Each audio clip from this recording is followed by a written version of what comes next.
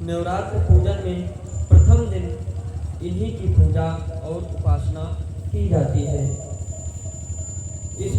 इसे पहले दिन की उपासना में योगी जन अपने मन को मूलाधार चक्र में स्थित करते हैं।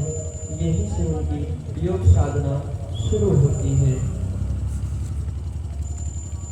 नवदुर्गा देवी कवच। मार्कंडेय जी ने ब्रह्मा जी से कहा कि हे पितामह, इस सृष्टि में अति गोपनीय सभी मनुष्यों का रक्षक और जो अब तक अज्ञात हो, ऐसा कोई साधन मुझे बतलाने की कृपा करें। ब्रह्मा जी ने कहा, संपूर्ण प्राणियों का हितकारी, पवित्र एवं परम गोपनीय उपाय तो केवल एक देवी का कवच ही है। हे मुनिवर, उसे आप श्रवण करें। देवी की 9 मूर्तियां हैं जिन्हें नवदुर्गा के नाम से जाना जाता है।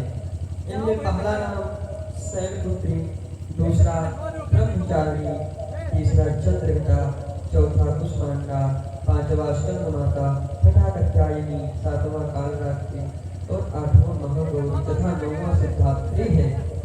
जो व्यक्ति अग्नि से दग्ध हो रहा हो, रणभूमि में शत्रुओं द्वारा घिरा हो अथवा भीषण संकटापद अवस्था में हो, वह मनुष्य यदि जगत जननी माँ दुर्गा की शरणागत हो जाए तो किसी भी अवस्था में उसका अनिष्ट नहीं हो सकता, वो हार नहीं सकता। हे देवी, जो लोग भक्ति होकर आपका स्मरण करते हैं, आपका ध्यान करते हैं, उनकी दिनों दिन उन्नति होती रहती है। हे देवी, अपने आराधक की तुम निश्चय ही रक्षा करती हो। चामुंडा देवी का वाहन प्रेत, वाराही का मही, इंद्री का ऐरावत नामक हाथी और वैष्णवी का गरुड़ है।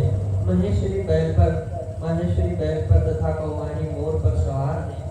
विष्णु पत्नी महालक्ष्मी हाथ में कमल के कमलासन पर विराजती है। श्वेत वर्णा ईश्वरी बैल पर तथा ब्रह्माणी सरस्वती समस्त अलंकारों से भूषित होकर हंस पर आरूढ़ है। समस्त देवियां अनेक अलंकारों से एवं रत्नों से सुसज्जित होकर योग शक्तियों से पूर्ण है।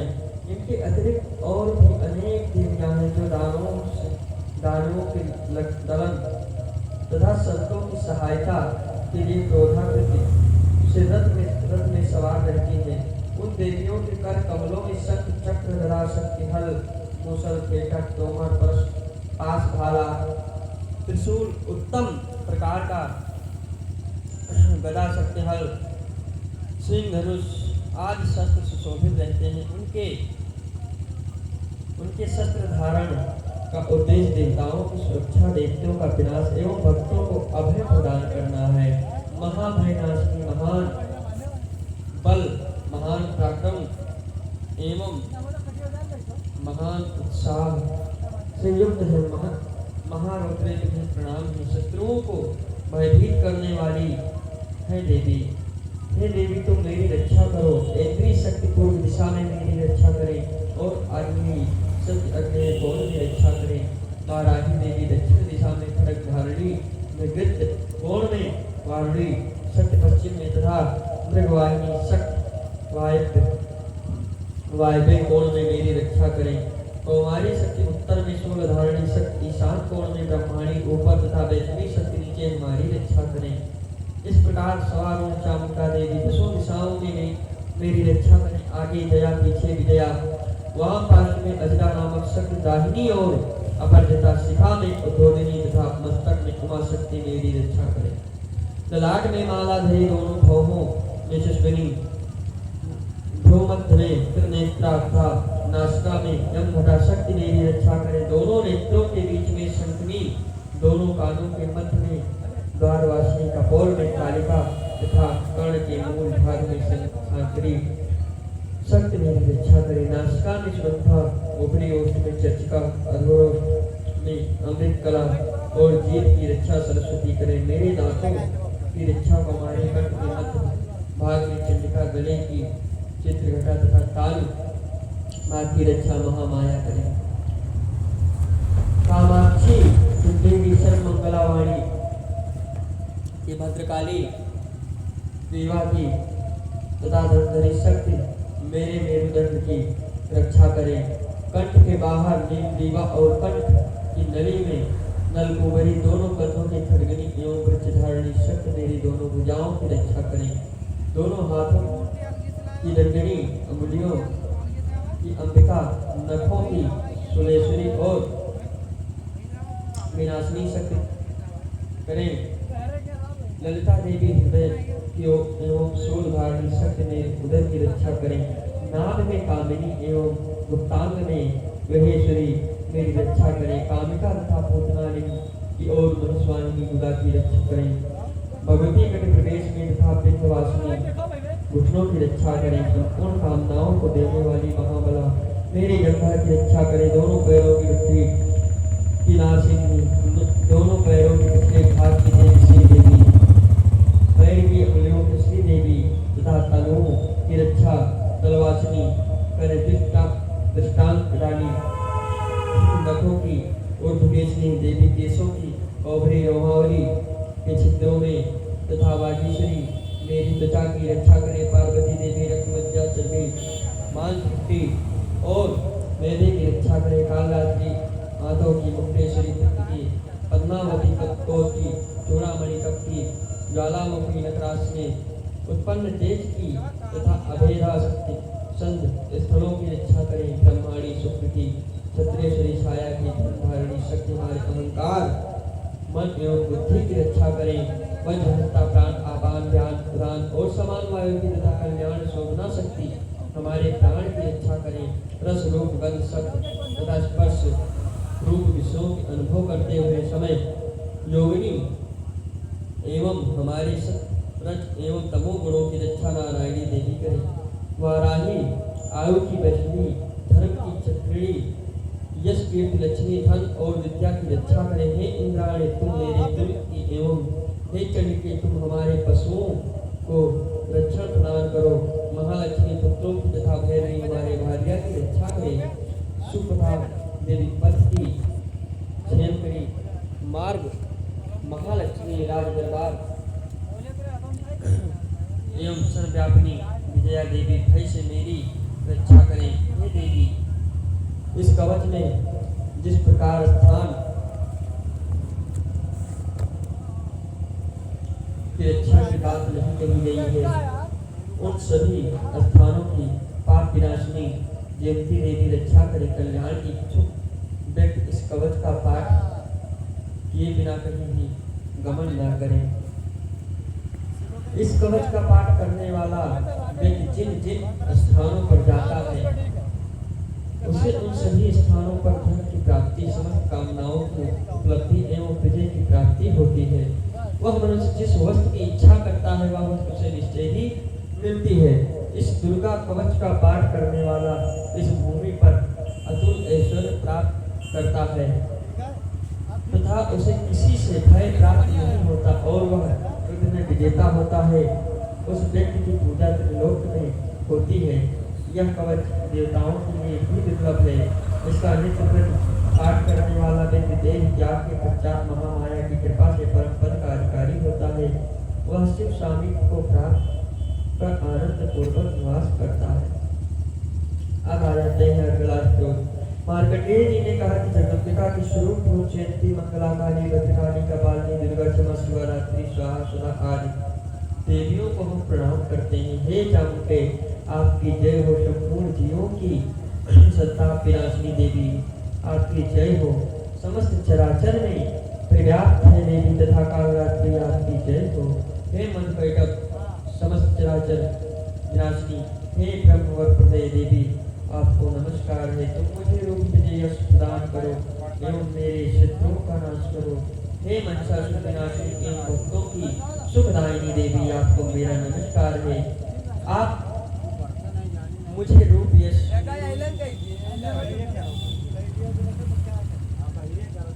जय आदि प्रदान करो और मेरे शत्रुओं का विनाश करो। चंड मुंड एवं रक्त आदि दैत्यों की विनाशिनी देवी तुम मुझको रूप जय तथा यश प्रदान करो तथा मेरे विभुओं का नाश करो।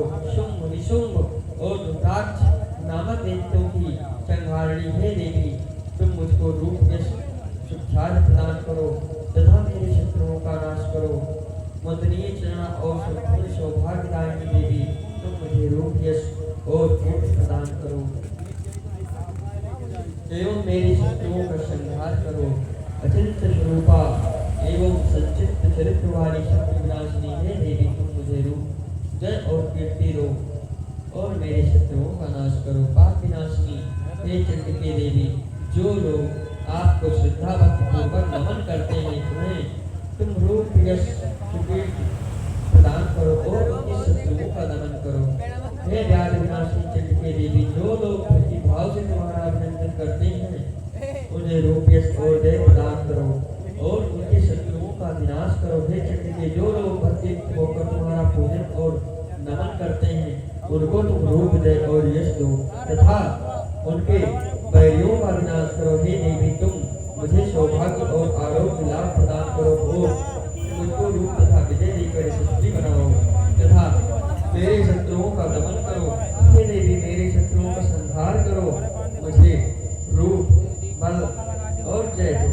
हे देवी, मेरा कल्याण करो, तुम मुझे अतुल संपत्तिशाली करो, रूप दो, जय दो, कीर्ति दो तथा मेरे शत्रुओं का संहार करो।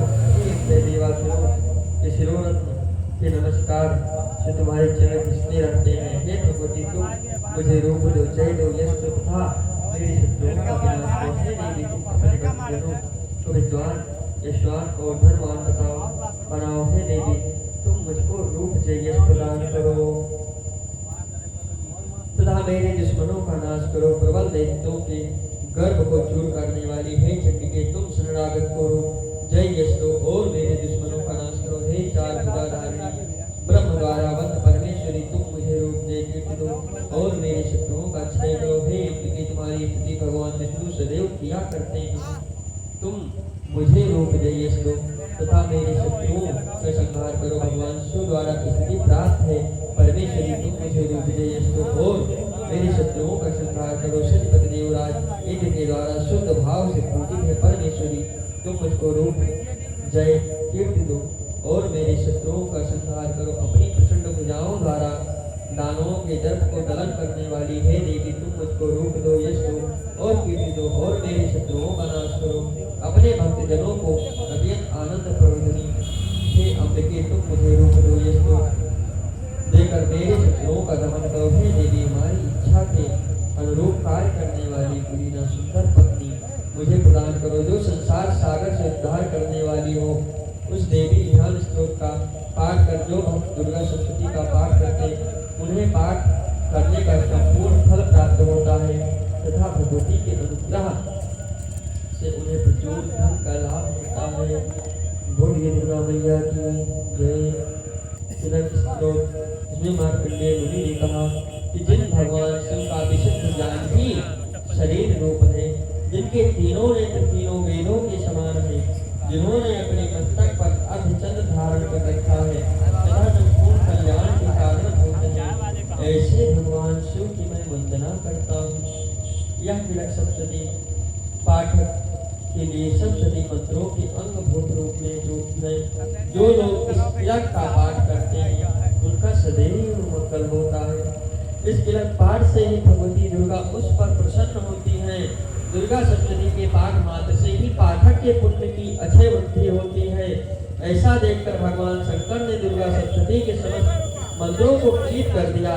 जो व्यक्ति कृष्ण पक्ष की चतुर्दशी या अष्टमी के स्थिर चित्त से दुर्गा सप्तशती का पाठ करता है उसका निसंदेह रूप से मंगल होता है। जो लोग अपना संपूर्ण द्रव्य दुर्गा को अर्पित कर प्रसाद रूप में उस ध्यान का उपयोग करते हैं, भगवती उन लोगों पर प्रसन्न होती है। जो लोग पहले तिलक पाठ करके 10 बच्चा सप्तशती का पाठ करते हैं वह अंतकाल में सिद्ध देवी के पार्षद और गंधर्व योनि को प्राप्त होते हैं। सर्वत्र भ्रमण करते रहने पर भी उन्हें कभी किसी प्रकार की भय नहीं होता, उनकी अकाल मृत्यु भी नहीं होती तथा अंत में वे मोक्ष पद के अधिकारी होते हैं। इस तिलक को समझकर तथा उसका परिहार करने के पश्चात ही दुर्गा सप्तशती का पाठ करना उचित है। इस तिलक के रहस्य को ना जानकर जो व्यक्ति सप्तशती का पाठ करता है उसका अनिष्ट होता है। भगवती की कृपा से नारियों को सौभाग्य और संतान सुख की उपलब्धि होती है। इस हेतु इस सप्तशती का पाठ करना आवश्यक है। इस स्तोत्र का पाठ मंत्र स्वर में करने से संपूर्ण सिद्धियों की प्राप्ति होती है। अतएव सर्वप्रथम तिलक का पाठ करके ही सप्तशती का पाठ करना उचित है। जिस भगवती की कृपा कटाक्ष से मनुष्य का ऐश्वर्य सौभाग्य आरोग्य संपत्ति शत्रु विनाश एवं निर्वाण पद की प्राप्ति होती है, उस महिमामयी भगवती दुर्गा की स्थिति प्राणी क्यों नहीं करते। अब रात्र महदत्व रूप इंद्रियों से संसार में सभी को प्रकाशित करने वाली ये रात्रि रूपा देवी अपने उत्पन्न किए हुए जीवों के शुभाशुभ कर्मों को विशेष रूप से देखती रहती है और उनके अनुरूप फल की व्यवस्था करने के लिए समस्त विभूतियों को धारण करती है। ये देवी अमर है और संपूर्ण जगत को नीचे फैलने वाली लता आदि को तथा ऊपर बढ़ने वाले पेड़ों को भी व्याप्त करके स्थित है। इतना ही नहीं, ये ज्ञानमयी ज्योति से जीवों के अज्ञान अंधकार का नाश कर देती है। पराचित शक्ति रूप रात्रि देवी आकर अपनी अहिन ब्रह्म विद्यामयी उषा देवी को प्रकट करती है, जिससे अविद्यामयी अंधकार स्वतः नष्ट हो जाता है। वह रात्रि देवी मुझ पर प्रसन्न हो, जिनके आने पर हम लोग घरों में सुख से सोते हैं, ठीक वैसे ही जैसे रात्रि के समय पक्षी वृक्षों पर बनाए हुए अपने घोंसलों में सुख पूर्वक सोते हैं, उस करुणामयी रात्रि देवी की अंग में संपूर्ण मनुष्य पशु जैसे गाय घोड़े हाथी से आज उड़ने वाले पक्षी एवं कीट पतंग आदि किसी प्रयोजन से यात्रा करने वाले यात्री आदि सुख पूर्वक सोते हैं। हे रात्रिमयी चित्त शक्ति, आप कृपा करके वासनामयी वर्गी तथा पापमयी वर्ग को हमसे अलग करो। काम आज तस्कर समुदाय को भी दूर भगाओ, तदनंतर हमारे लिए सुख पूर्वक करने योग्य हो जाओ, मोक्षदायी एवं कल्याणकारिणी बन जाओ। हे रात की अधिष्ठात्री देवी, सब तरफ फैला हुआ यह अज्ञानमय अंधकार मेरे निकट आ पहुंचा है, आप इसे ग्रहण की भांति दूर करो। जैसे धन देकर अपने भक्तों के ग्रहण दूर करती हो, उसी प्रकार ज्ञान देकर उस अज्ञान को भी डालो। हे रात्रि देवी, आप गाय के समान हो, मैं आपके समीप आकर स्त्री आज से आपको अपने अनुकूल करता हूँ। हे परम देव स्वरूप परमात्मा की पुत्री, आपकी कृपा से मैं काम आदि शत्रुओं को जीत चुका हूँ। आप स्तोम की भांति मेरे इस शबे को ग्रहण करो। दूसरा दिन ब्रह्मचारी जनान देवी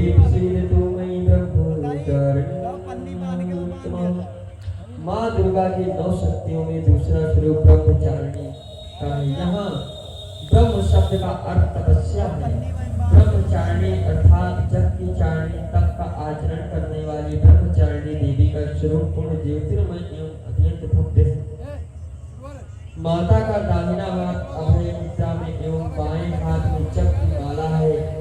शिव जी को पति रूप में प्राप्त करने के लिए की गई तपस्या के कारण उन्हें ब्रह्मचारिणी नाम से पुकारा गया। माँ दुर्गा का यह दूसरा स्वरूप भक्तों और सिद्धों को अनंत फल प्रदान करने वाला है। इनकी उपासना से मनुष्य में तप त्याग वैराग्य सदाचार संयम की वृद्धि होती है। दुर्गा पूजा के दूसरे दिन उपासना करने से साधक का मन स्वाधिष्ठान चक्र में स्थित होता है। इस चक्र में अवस्थित मन वाला योगी उनकी कृपा और भक्ति प्राप्त करता है, कर ही लेता है। बोलिए प्रेम से जय माता दी। पहला अध्याय माँ भवानी की महिमा। मार्कंडेय जी ने कहा, मैं सूर्य पुत्र सावण मनु 8 मनुओं में से एक मनु के उत्पन्न होने की कथा का विस्तार वर्णन करता हूँ, उसे तुम ध्यान देकर श्रवण करो। भगवती महामाया की कृपा से सूर्य पुत्र सावण जिस प्रकार मनवंतर के अधिष्ठाता हुए, मैं उसी घटना का वर्णन करता हूँ। प्राचीन काल में सरोजिस नामक मनवंतर में सुरथ नाम से विख्यात एक बहुत ही प्रतापी राजा हुए थे, चैत्र वंशोत्पन्न।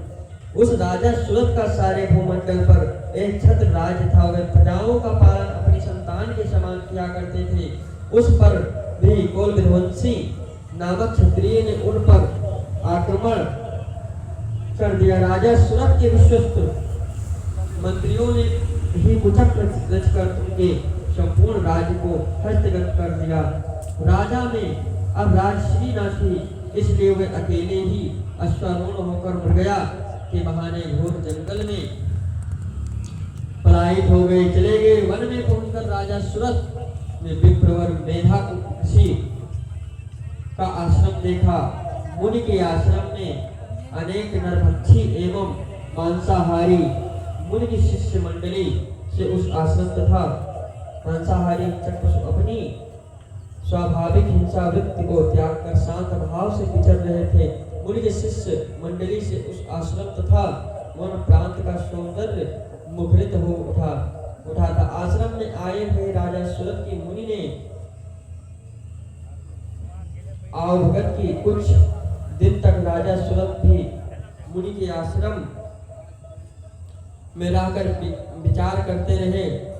एक बार मोह माया से ग्रसित होकर राजा सुरत अपने मन में सोचने लगा कि मेरे पूर्वजों द्वारा अधिकृत नगर आज मुझसे युक्त होकर खंडहर सा हो रहा होगा। मेरे विश्वासघाती कर्मचारी न जाने उस नगर की रक्षा करते होंगे या नहीं। अपने शरीर से निरंतर मद बहाने वाला मेरा मन्मथ हाथी आज न जाने किस स्थिति में होगा। जो लोग मेरी कृपा दृष्टि के आकांक्षी धन और भोजन प्राप्त करने के लिए सदैव तत्पर रहकर मेरा अनुसरण किया करते थे, वही लोग अब निश्चित रूप से अन्य राजाओं के मुखापेक्षी होंगे। उन सभी लोगों के द्वारा मेरे धन का दुरुपयोग हो रहा होगा, इसमें कोई संदेह नहीं है। इस प्रकार अनेक कुतर्क राजा के मन में उठ रहे थे। एक दिन मेधामुनि के आश्रम के समीप एक वैश्य को देखकर राजा ने उससे पूछा कि भाई तुम कौन हो, तुम्हारे यहाँ आने का क्या प्रयोजन है? तुम तो देखने में बहुत ही व्यग्र और अनमने से जान पड़ रहे हो। राजा के इन सहानुभूतिपूर्ण वचनों को सुनकर के वह वैश्य ने राजा को प्रणाम किया और विनती करके विनत होकर के बोला कि वैश्य ने राजा से कहा कि राजन, मैं संपन्न कुल में उत्पन्न वैश्य जाति का मनुष्य हूँ। मेरा नाम समाधि है। धन लोलुप स्त्री पुत्रों ने अपने स्वार्थ साधन के लिए मुझे घर से बाहर निकाल दिया है, परंतु इस समय मेरे मन में उन्हीं कुटुंबियों के प्रति चिंता हो रही है। वे सब ना जाने इस समय किस परिस्थिति में होंगे। वे लोग घर में सकुशल हैं या नहीं, मुझे इन्हीं सब बातों की चिंता हो रही है। वैश्य की बात सुनकर राजा ने पूछा, जिन प्रियजनों ने धन लिप्सा के कारण तुम्हें घर से निष्कासित कर दिया है, उन स्वार्थपरायण सज्जनों के ऊपर तुम्हारी इतनी गाढ़ी ममता क्यों है? वैश्य राजा से बोला कि आपका यह प्रश्न उचित है। मेरा मन उन स्वार्थी कुटुंबियों की ममता छोड़ने को तैयार नहीं है। आप ही बताइए मैं क्या करूं? धन लोलुपता के कारण परिवार के जिन सदस्यों ने मेरी यह दुर्दशा की है, उन लोगों के प्रति मेरे मन में महत्व की भावना है। हे महानुभाव, न जाने क्यों मेरे मन में उन स्वार्थी लोगों के प्रति ममता बनी हुई है। इसके रहस्य को जानने की इच्छा रखते हुए भी इसे मैं नहीं समझ पा रहा हूँ। उन कुटुंबियों का मुझसे कुछ भी लगाव नहीं है, फिर भी मेरा मन उन लोगों के लिए संतप्त है। समझ में नहीं आता कि मैं क्या करूं।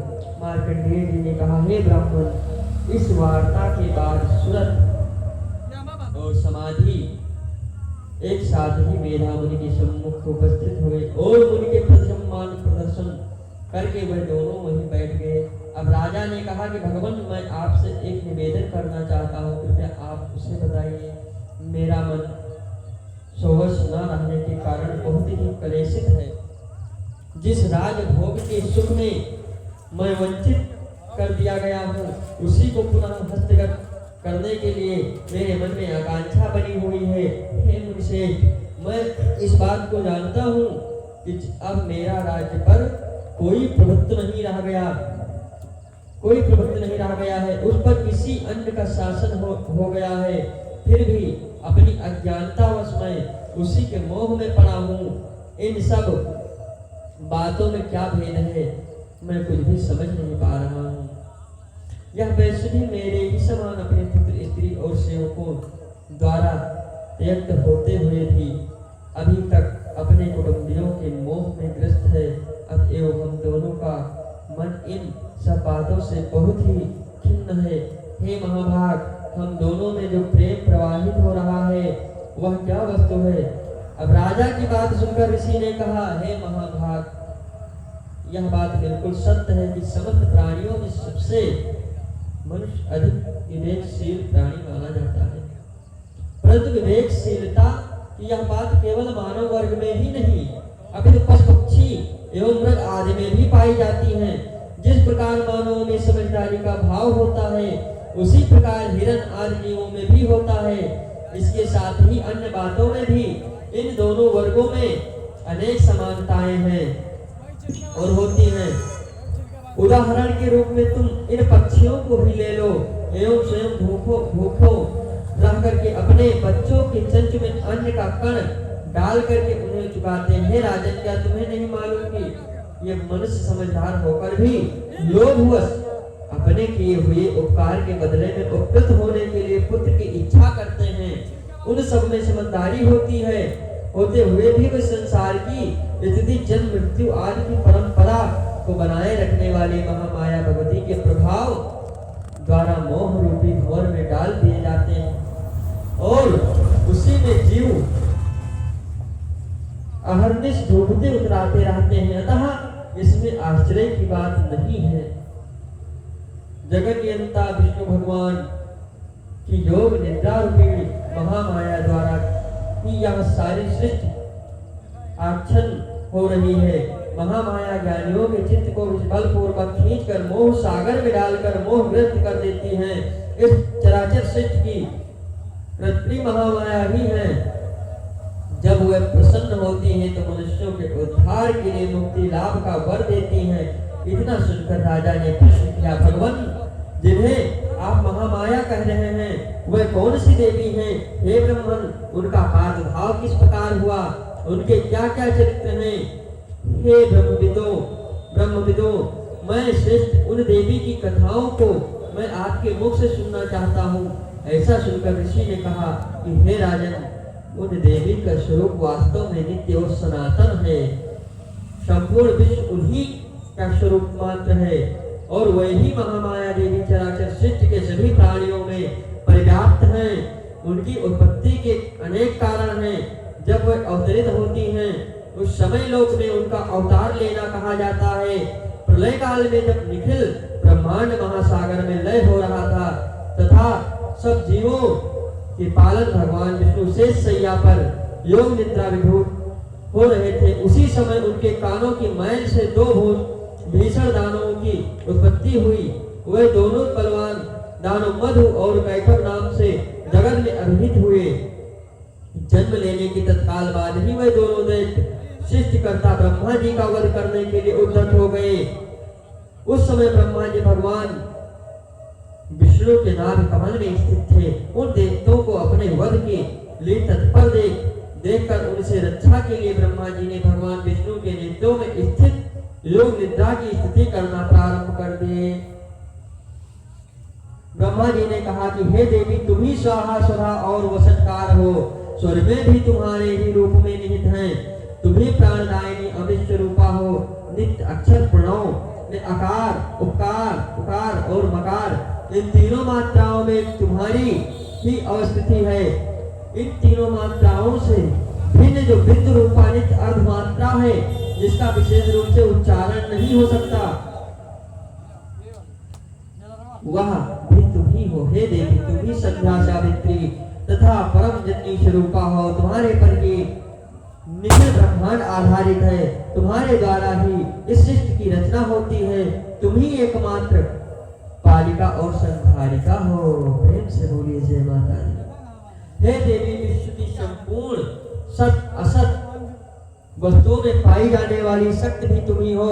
अतएव तुम्हारी स्थिति और है संपूर्ण जगत के रचयिता पालक और संहारक भगवान विष्णु को भी जब तुमने निद्राभिभूत कर रखा है, तब तुम्हारी स्थिति करने में सक्षम इस ब्रह्मांड में कौन है? मेरे सहित भगवान शंकर तथा विष्णु को भी शरीर धारण करने के लिए तुम्ही ने प्रेरित किया है। अतएव तुम्हारी स्थिति में सभी असमर्थ हैं। हे देवी, तुम तो अपने इस उदार प्रभाव के कारण ही प्रशंसित हो। इन दोनों अपराजे दानों को तुम विमुक्त करके भगवान विष्णु की निद्रा भंग कर दो। इसके साथ ही साथ भगवान के अंतर्मन में मधु और कैटभ नामक असुरों के वध की प्रेरणा भी उत्पन्न कर दो। जय हो। ऋषि ने कहा, हे राजन, जिस समय ब्रह्मा जी ने भगवान विष्णु के निद्रा भंग के निमित्त उस तमो गुण की अधिष्ठात्री देवी की स्तुति की, उसी समय वह महामाया भगवान के नित्य मुखनाश का भाव हृदय और वक्षस्थल से निर्गत होकर अव्यक्त जन्म ब्रह्मा जी के सामने प्रकट हो गई। योग निद्रा से विमुक्त होकर जगत प्रियंता भगवान जनार्दन उस एकावर्ण के जल में से सैया से जागृत हो उठे। निद्रा रहित होते ही भगवान ने उसे उस दोनों दानवों को देखा। वे दोनों ही दुराचारी थे। मधु और कैटभ अत्यंत पराक्रमी और शक्तिशाली थे। भगवान विष्णु ने उन दोनों महापराक्रमी दानवों के साथ 5000 महापराक्रमी दानवों के साथ 5000 वर्षों तक निरंतर महायुद्ध किया। वह दोनों ही दैत्य बल के मद में मत्त हो रहे थे। महामाया ने दोनों दैत्यों को अपने प्रभाव से मोहग्रस्त कर दिया था। यथार्थ उन दोनों असुरों ने मोह मुक्त होकर भगवान विष्णु से कहा, अब भगवान विष्णु से कहा कि हम लोग तुम्हारी वीरता के अत्यंत प्रसन्न हैं। तुम हम लोगों से अपना इच्छित वर मांग लो। वाह। अब दैत्यों की बात सुनकर भगवान बोले, यदि तुम दोनों मेरे ऊपर प्रसन्न हो तो मैं यही चाहता हूँ कि तुम लोगों की मृत्यु मेरे ही हाथों से हो। तब ऋषि ने कहा, जब उन राक्षसों ने मोहग्रस्त होकर समस्त भूतल को जल पूर्ण समझा, तब भगवान से कहा, मेरा वध किसी सूखे स्थल जल विहीन भूमि में करो। इसके बाद ऋषि बोले, शंख चक्र गदा और पंधारी भगवान विष्णु ने तथा अस्तु वैसा ही हो कह करके उन दोनों दैत्यों के मस्तक को अपनी जांघों पर रखकर सुदर्शन चक्र द्वारा काट दिया। यह महामाया देवी ब्रह्मा जी की स्तुति से प्रसन्न होकर स्वयं ही उत्पन्न हुई थी। अब मैं तुमसे उनके प्रभाव के महत्व का वर्णन करता हूँ। बोलिए विष्णु भगवान की जय।